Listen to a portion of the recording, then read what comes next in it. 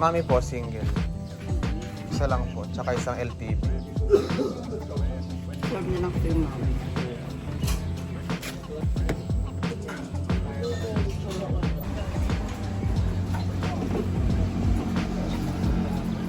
Pag nag...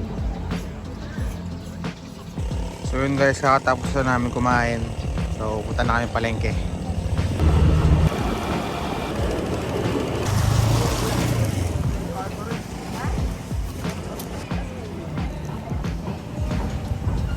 Tapos ito, pagkarating namin ng palengke, naghahanap kami ng suman. Ang kaso lang, yung suman nasa taas pala. Nagdire-diretso pa kami sa loob. Kung di pa ako nagtanong, di ko pa malalaman. Kaya pala bumibili kami ng suman kasi darating yung mga ka-group mates ko. Magsushooting kami. And para naman may almusal sila. Para at least, di ba? Di sila gutom.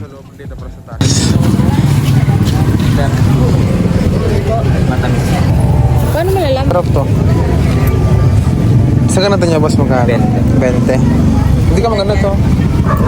Isa pong ganito. Oh. Thank you.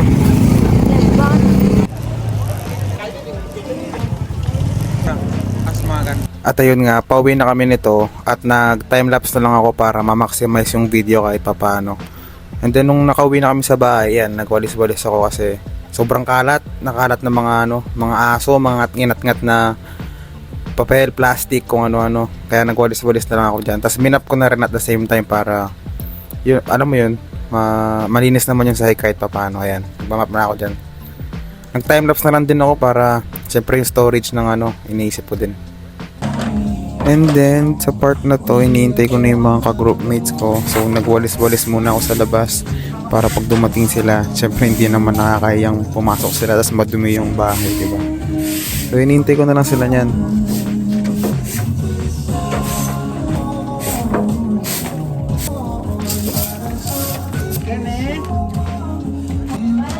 Hi guys, ito yung aso namin, si Kisses. Ang pangalan niya, Kisses.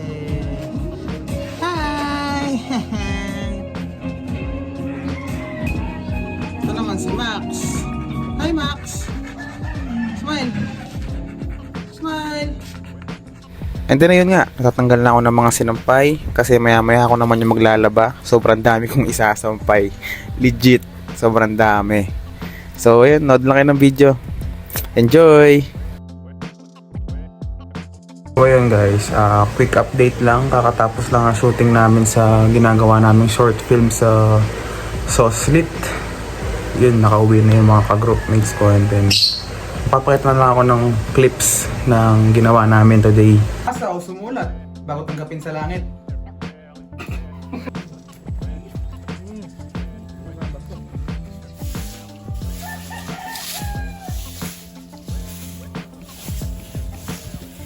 So yun nga guys, nagpalit na ako ng damit kasi maglalaba ako today.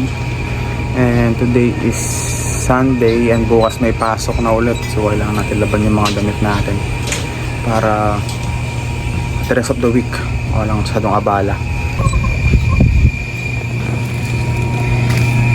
So nagpupuno na tayo ng dyan, ng tubig para sasalang na lang natin itong mga decolor. So nauna yung mga nagda-dryer na ako dito eh. You know.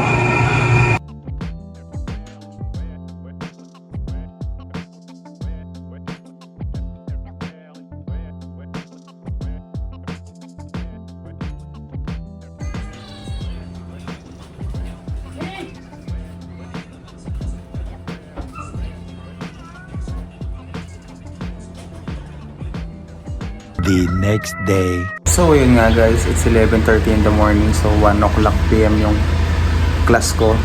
And then maliligo lang ako tapos alis na ako, pasok na ako. Mahirap na late. Bye bye!